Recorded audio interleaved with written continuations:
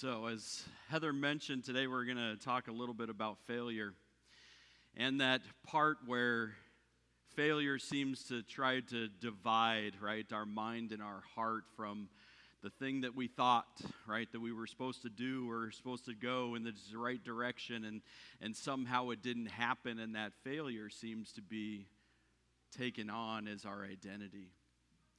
So we've been started this series last week, right out of in this Easter season, Jesus risen from the dead. We looked at how that continues to be able to be shown throughout the Gospels, that it wasn't just a moment. Jesus rises from the dead, no longer in the tomb, and then there's that, that's it, right? Like, we're good, right? Jesus rose, it's the end, right? No, but there's a continuation. Last week we looked at what we often call doubting Thomas, to be able to say he needed proof. He wanted to be able to see Jesus for himself. And even in the doubting, Jesus does not say, Thomas, you don't have a place with me. He says, come near. There's still a part in doubting that we carry together as the family of God, and Jesus doesn't turn us away. This week we're going to talk about Jesus meeting us in our failures, because both of these we think sometimes are going to disqualify us from being followers of Jesus. That somehow doubt and failure have no place with Jesus, and he's going to kind of cast us aside. But hear this, neither one of them disqualify us.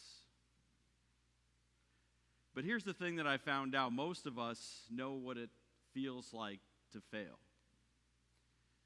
Just yesterday, we were at a leadership event where there were many people who were kind of talking about their stories. And they were all high-capacity leaders, and they were talking about this. Along their life, they recognized that there was a place that they failed. Whether it was a failed relationship, whether it was a failed job, whether it was a failed whatever it might be, there's the failure that you take on as an identity because it's so much a part of your life. And in that failure, it starts to be able to see it as our identity. Not, I made a mistake, but I am the mistake. And you see how that identity shift is huge on people, because when you look at it that way, then you're saying my life is a whole bunch of failures. Today we're going to look at Peter. And Peter's life was one that he had when Jesus came to him and he said, Peter, you're going to be my disciple. Come and follow me. And Peter's like, yeah, let's go, right? And there was no moment of discussion. Peter just followed Jesus for those 3 years together in mission, on journey. And when Jesus said, hey, I have to go and die, and Peter's like, no, that's never going to happen. And he's like, I have to. And he's like, no, then I'm going to die with you. And Jesus told him in advance, he said, actually, Peter, you're going to deny me 3 times. And he was crushed in that moment, said, I will never do that. And then it happens. The question here is, what are we going to do after a failure? What happens to Peter after there's a failure?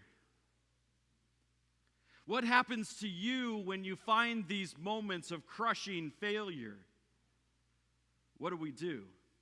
So let's go to the text. If you got your Bibles, feel free to open it up. If you're like, I don't have my Bible, it's okay too. I'm going to be reading it. But there are some pew Bibles, but there are also, if you've got one, I'm going to just read it from my phone as well. I'm going to be in the New Living Translation. We're only going to be in John chapter 21 today. So we start off with the first 3 verses. Later, Jesus appeared again to the disciples beside the Sea of Galilee. This is how it happened. Several of the disciples were there: Simon Peter, Thomas, nicknamed the twin, Nathanael from Cana in Galilee, the sons of Zebedee, and 2 other disciples. Simon Peter said, I'm going fishing." "We'll come too," they said. So they went out in the boat, and they caught nothing all night. So here's the thing that Peter does, and take this into consideration. This is, Jesus has been risen. He's already shown himself to his disciples again and again and again, and yet Peter goes back to what he knows. Peter doesn't say, okay, like, all right, we've seen Jesus. Now, he did come back from the dead. I didn't believe it at first, right? But he doesn't continue with the same mission he had. He goes back to fishing, which is what he was doing in the profession when Jesus called him. I don't believe that this was a rebellion from Peter. He wasn't saying, "Jesus, I got nothing to do with this now, and I'm gonna show you that I got a better profession. I'm going to go back to what I know." But no, it wasn't rebellion. It was more resignation, like, I failed. I am my failure, and this is the only thing that I know. It's really easy for us to retreat, to go back to the old identity, to go back to the old patterns that worked for us. And this is where we see Peter. He's a little bit crushed in spirit. He's like, I got nothing else. I don't know what else to do. I had an identity. I had a purpose. I had a meaning. But I failed in it. And now I can't go back. That's where we find Peter that's crushed in his failure. We continue, verse 4. At dawn, Jesus was standing on the beach, but the disciples couldn't see who he was. He called out, "Fellows, have you caught any fish?" "No," they replied. Then he said, "Throw your net on the right-hand side of the boat and you'll get some." So they did. And they couldn't haul the net because there were so many fish in it. Then the disciple whom Jesus loved said to Peter, "It's the Lord." When Simon Peter heard that it was the Lord, he put on his tunic, for he had stripped for work, jumped into the water, and headed to the shore. The others stayed with the boat and pulled the loaded net to the shore, for they were only about 100 yards from shore. So here's the part. They don't recognize that it's Jesus, and this is an important part of this, because there's a guy who's shouting from the shore, "Hey, fishermen, that you've been fishing all your life, and you've been sitting out on a boat all night and you've caught nothing, let me tell you what to do." Think about this. You are the professional. You're the one that already knows this job, and somebody's yelling at you from the shore to be able to do something that you've done all your life. How are you going to feel about that? There's something about this that as they're sitting in the boat and they're just like, okay, like, well, what are we going to do? All right, let's throw the net on the other side. I guess let's see what happens. But it's in a normal moment that Jesus comes, right? A normal moment like a work routine. And yes, they've been sitting in the boat, caught nothing, and now they're exhausted. But it's a normal moment because sometimes fishermen go through this. It's their livelihood. It's what they're meant to do, but sometimes the fish aren't biting. Sometimes the fish aren't present. But Jesus comes to them in this moment, just a normal moment. And then they follow what the guy on the shore says that they don't even recognize as Jesus. They throw it to the other side, and they have a haul that's so big it's so hard to get in the boat. This actually gives us an echo of what was happening earlier in the scriptures in Luke chapter 5. Feel free to go back and look it up if you want to. But in that part, it's the same thing. They've been fishing. They've been doing the thing, right? And Jesus says, yeah, do this. And then they did it, and then they hauled it in. And so there's something in their mind that says, oh, we should remember that something like this has already happened. Because Jesus is going to set up a scene that's particularly meant for Peter. But Peter, when he recognizes Jesus, when John calls it out and says, "That's the Lord," Peter doesn't wait. He jumps out of the boat, right? And he runs to the shore to meet Jesus. And this is a part that we also don't want to miss, because Jesus doesn't wait for Peter. Because Peter, if you remember it all about Peter, Peter rushes into things. Peter says things before he even thinks about it. And here, Jesus never gives him a moment to speak. He comes to Peter. He embraces Peter. And the thing that we must come to see is that all of these things, Jesus meant for it to happen.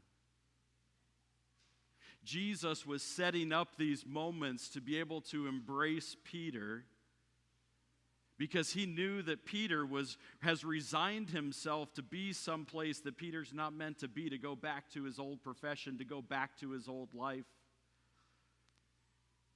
And so we'll see Jesus talk about this. Verse 9, when they got there, they found breakfast waiting for them, fish cooked over charcoal fire and some bread. "Bring some of the fish you've caught," Jesus said. So Simon Peter went aboard, dragged the net to shore. There were about 153 large fish, and yet the net hadn't torn. "Now come and have some breakfast," Jesus said. None of the disciples dared to ask him, "Who are you?" because they already knew it was the Lord. Then Jesus served them the bread and the fish. This was the third time Jesus had appeared to his disciples since he had raised from the dead. You see, here's a moment, and this is where I talk about this. There's going to be a couple of scenes that are happening here that are particularly meant for Peter, because here's the first one. There's only 2 times in all of the New Testament that there's a charcoal fire. The first charcoal fire that's actually mentioned in the scriptures, it's when Peter was standing in the courtyard and he denied Jesus 3 times. It says there was a charcoal fire. Now, why is it that we would talk about this? Because Jesus is setting it up. He's like, I got this charcoal fire. And so it brings Peter already starting to come back to, right? So there was the account of saying all the fish back in Luke chapter 5. Now there's this charcoal fire, and he's like, I remember standing around a charcoal fire and denying that I knew Jesus. 2 moments in all of the scriptures. And Jesus now is recreating the scene of failure. See, this is a hard part for me to be able to think about, right? Because, yes, Jesus is not trying to shame, but this is a hard part, because when you start to recreate the scene of your greatest failure, that's hard. Jesus, you're trying to be able to point out to me, like, yes, I remember when I failed. I remember when I did that, the charcoal fire, the whole thing. People were trying to accuse me of following you, and I didn't want to have anything to do with it, because then I would be put in danger.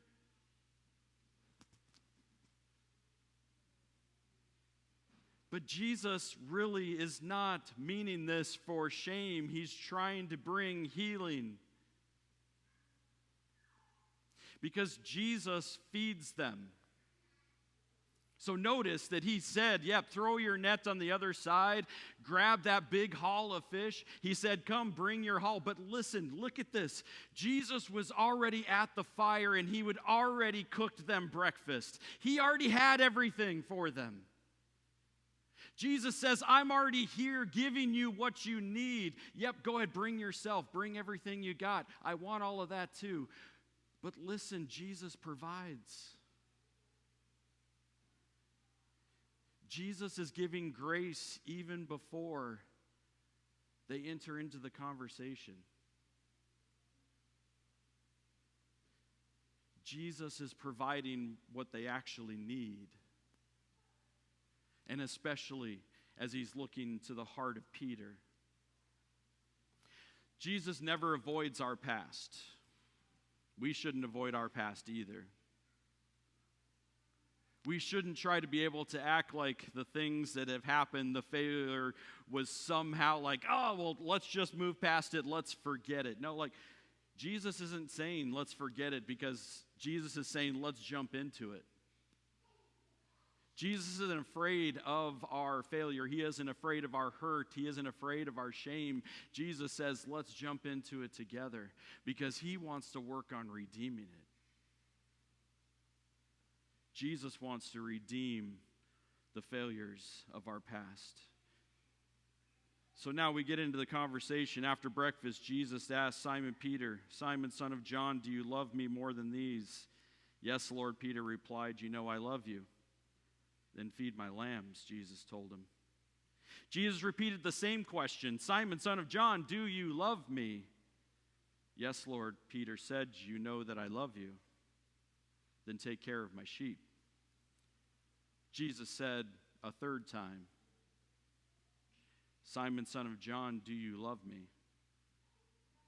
Peter was hurt that Jesus asked him a third time. He said, "Lord, you know everything. You know that I love you." Jesus said, "Then feed my sheep." So here's another one that Jesus is recreating the scene again. He asks him 3 times, "Do you love me?" This is not a coincidence. This is Jesus bringing Peter back into the scene. 3 times, Peter was questioned. "Aren't you a follower of Jesus? Aren't you with the Galilean? Aren't you?" And each time he said, No, I don't know him." 3 times Jesus asked Peter, "Do you love me?" This is the part that probably actually made Peter weep, because that stings. It says Peter was hurt, but I don't know if that actually reflects the real situation that was happening inside of Peter. Because he's being confronted with that failure. The identity that he had as both a follower of Jesus, but one who was kind of like the head of the disciples a little bit, right? He was in the close connection with Jesus, and he failed at it. And Jesus says, "Do you love me?" See, Jesus is going to the heart, right? He wants to be able to know, not Peter, did you continue to do the things that I told you to do? Peter, did you continue to be able to tell everybody about me? Peter, did you do your prayers? Peter, did you read the scriptures? Peter, did you do the thing, right? He didn't say performance. He was going to the heart. He's saying, "Do you love me? After all of the things that have happened, do you still love me?" And this speaks to the identity, not the purpose. Jesus wants Peter to be restored in his identity before he ever says, "Now this is what I want you to do." Because after each one of those, feed my lambs, feed my sheep, right? Do the thing. But I want you to know and realize that that love is the thing that I'm after. Because that's the heart. And if we miss the heart in it, then the performance isn't going to mean anything. Jesus is always after the heart. And in our identity, we need to be able to see the same thing. Jesus is asking us, "Do you love me?" There's a heart. We continue. "I tell you the truth, when you were young, you were able to do as you liked. You dressed yourself, you went wherever you wanted to go. But when you're old, you will stretch out your hands. Others will dress you and take you where you don't want to go." Jesus said this to let him know by what kind of death he would glorify God. And then Jesus told him, "Follow me." Right? So Peter's not sidelined. right? Jesus doesn't come to Peter and says, I just need to check if you love me still, and now you're good. Go off and do your thing, right? Go back and be a fisherman. No, he's inviting him into something. He doesn't say, now you're second string. No, he doesn't say that either. He says, you are given the same calling, but I want it to be renewed. I want you to find that same passion that you had before, Peter, because Peter is a guy with lots of passion. Peter's a guy that we're going to see in the book of Acts, that he's going and he's preaching and he's proclaiming, he's doing the things that Jesus told him to do. This is the part where it's renewed.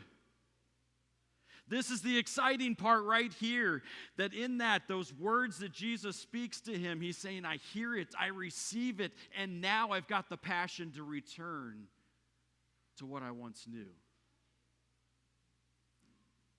Your failures, my failures, do not cancel the calling upon our lives. When you fail, when I fail, it's an opportunity to be able to say, God, what do I need to be able to lay down before you so that I can renew this calling within me? And as followers of Jesus, we have lots of things that Jesus calls us to. He calls us to be able to see our neighbors, to be able to love and to serve those people around us. It's not an opportunity just to give up, to say, well, I failed there, I guess I've got nothing left, I'm going to just go back to what I know. And this is when Jesus renews that calling. And it's the same thing. The first words that Jesus spoke to Peter is the same words that Jesus will speak to him now as he restores him. Follow me. Follow me. That's the restoration work. That's the words that Peter can receive and say, I haven't been removed. I've been restored. I've been renewed. And so Peter picks up from there and continues to follow Jesus. This is what I want you to be able to take to heart today, and the things that I want you to walk away with today is that your failure is not final. Your failure is not your identity. You can see it and say, man, I really messed up there. It doesn't own you. It's not you. Your identity is not your worst moment. Jesus, today, we see in baptism, right, gave Teddy a new identity. And it's the same thing for you and for me when we're looking at this and saying, I have an identity that's different than what people are trying to put on me, than what I'm trying to be able to see in the lies that I've been told. I am not that identity. Jesus calls us sons and daughters. Jesus calls us heirs of the heavenly kingdom. Jesus calls you beloved, loved ones. Jesus comes looking for you throughout your life. Even if you're trying to be able to run from Jesus, even if you're like, I don't even know if I believe in Jesus, right? Still, Jesus is coming after you. But not to just expose you. Not to just say, I got to show the world how, terribly rotten these people are. But no, he says, I don't continue to try to run after you just to expose you. But he's saying he wants to restore you. That's the restoration we can take in and take to heart. That our failures don't own us. Jesus restores us. In Jesus' name. Please stand and pray with me.